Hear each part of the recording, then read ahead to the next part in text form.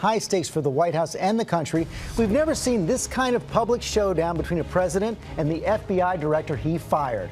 Comey's prepared testimony released last night is packed with vivid details about his meetings with Trump.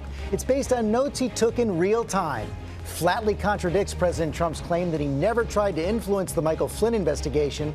But the president's attorney says Trump feels totally vindicated because Comey confirms he was not personally investigating the president. Many more questions unanswered. In fact, here are some of the big questions Comey will face today. Does he think President Trump was trying to obstruct justice? Does he think he was fired for not shutting down the Michael Flynn probe? And why didn't he publicly reveal his concerns that Trump was trying to influence the investigation? Let's go straight to our senior justice correspondent, Pierre Thomas in Washington, for the very latest. Good morning, Pierre. Amy, good morning. The day is here. The fired FBI director breaks his silence, appearing in one of the most anticipated hearings in recent memory. He will make the case that he was under constant pressure from a president frustrated by the Russia investigation, who then fired him without notice.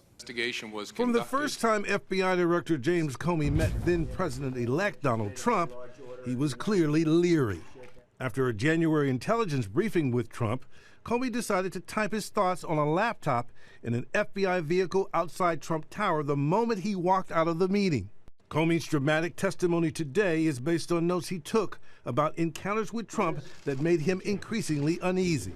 He's become more famous than me. January 27th, 5 days after that now famous handshake, Trump summons Comey to a private dinner at the White House.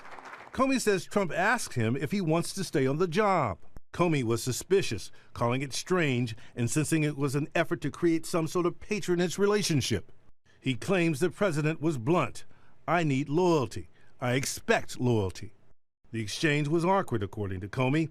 We simply looked at each other in silence. But the White House denies there was a loyalty pledge. Did the president implore him to pledge his loyalty to the president? Is that true? No. Did that happen? That did not happen? No. February 14th, after a briefing with senior national security officials in the Oval Office, Trump wants to speak to Comey alone. Comey says Trump wants to talk about Michael Flynn, who was forced to resign the previous day for lying about his contacts with Russia. According to Comey, Trump said, "I hope you can see your way clear to letting this go, to letting Flynn go. He is a good guy. I hope you can let this go." Comey was concerned, believing that this request was to drop the case. Trump says it never happened. Did you at any time urge former FBI Director James Comey in any way, shape, or form to close or to back down the investigation into Michael Flynn? And also, as you look back... No. Next question. Comey says the pressure continued, that Trump asked him in a phone call to publicly say that the president was not under investigation to lift the cloud of the probe. Trump specifically mentioning he had nothing to do with Russia, had not been involved with hookers in Russia, as alleged in an unverified dossier. Comey will acknowledge that on 3 different occasions that he did tell the president that he was not personally under investigation. But that's about the only thing the two men agree on. Comey's associates tell us he's been stung by the abrupt firing, angered by the barrage of attacks coming from the White House. The rank and file of the FBI had lost confidence in their director.